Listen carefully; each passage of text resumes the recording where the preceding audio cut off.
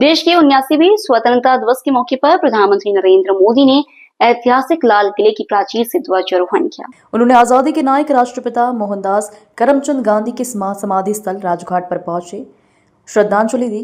ध्वजारोहण के बाद प्रधानमंत्री ने लाल किले के प्रचार से संबोधित किया। प्रधानमंत्री ने देश के दुश्मनों, खासतौर पर पाकिस्तानी समर्थित आतंकवाद पर जोरदार हमला किया।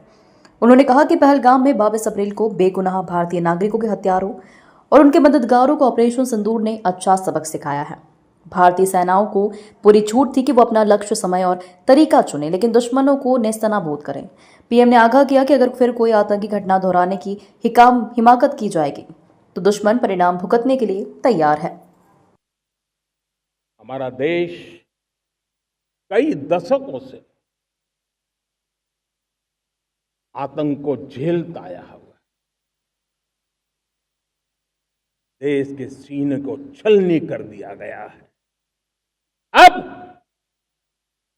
हमने एक न्यू नॉर्मल प्रस्थापित किया। आतंक को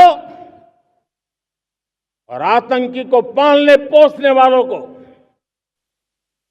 आतंकियों को ताकत देने वालों को अब हम अलग अलग नहीं मानेंगे।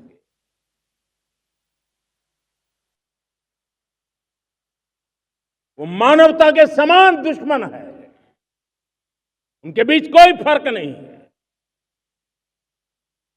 अब भारत ने तय कर लिया है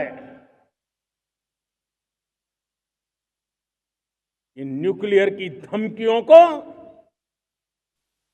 अब हम सहने वाले नहीं हैं। न्यूक्लियर ब्लैकमेल लंबे अरसे से चलाया, अब वो ब्लैकमेल नहीं सहा जाएगा।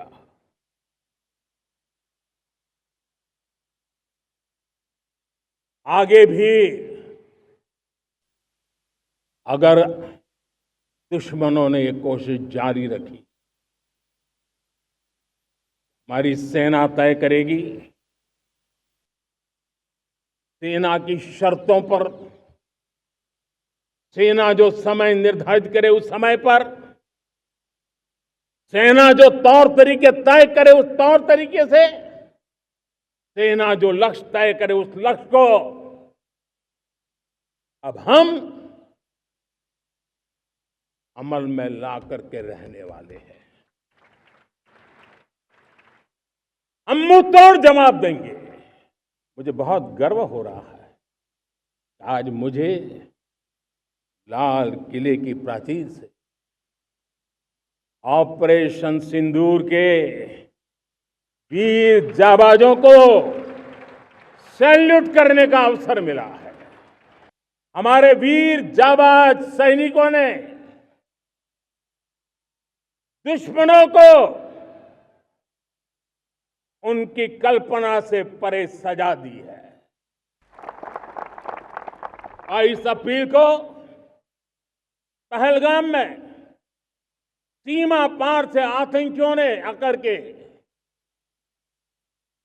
जिस प्रकार का कत्ले आम किया, धर्म पूछ करके लोगों को मारा गया। पति के सामने पति को गोलियां दी, बच्चों के सामने अपने पिता को मौत के घाट उतार दिया गया। पूरा हिंदुस्तान आक्रोश से भरा हुआ था। पूरा विश्व भी इस प्रकार से संहार से चौंक गया था। मेरे प्यारे देशवासियों, ऑपरेशन सिंदूर उसी आक्रोश की अभिव्यक्ति है। 22 तारीख के बाद हमने हमारे सेना को खुली छूट दे दी। रणनीति वो तय करे, लक्ष्य वो तय करे, समय भी वो चुने, और हमारी सेना ने वो करके दिखाया जो कई दशकों तक कभी हुआ नहीं था। सैकड़ों किलोमीटर दुश्मन की धरती पर घुस करके आतंकी इमारतों को खंडहर बना दिया। पाकिस्तान की नींद अभी भी उड़ी हुई है। पाकिस्तान में हुई तबाही इतनी बड़ी है कि रोज नए नए खुलासे हो रहे हैं, नई नई जानकारियां आ रही हैं। बजट का बहुत बड़ा हिस्सा ये पेट्रोल, डीजल, गैस इन सबको लाने के लिए खर्च होता था। लाखों करोड़ रुपए चले जाते थे। अगर हम ऊर्जा में डिपेंडेंट न होते तो वो धन मेरे देश के नौजवानों के भविष्य के लिए काम आता। वो धन मेरे देश के गरीबों को गरीबी के खिलाफ लड़ाई लड़ने में काम आता। वो धन मेरे देश के किसानों के कल्याण में काम आता। वो धन मेरे देश के गांव की परिस्थिति को पलटने के लिए काम आता। लेकिन हमें विदेशों को देना पड़ रहा।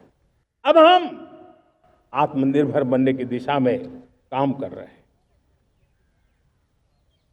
देश को विकसित बनाने के लिए हम अब समुद्र मंथन की तरफ भी जा रहे हैं। हमारे समुद्र के मंथन को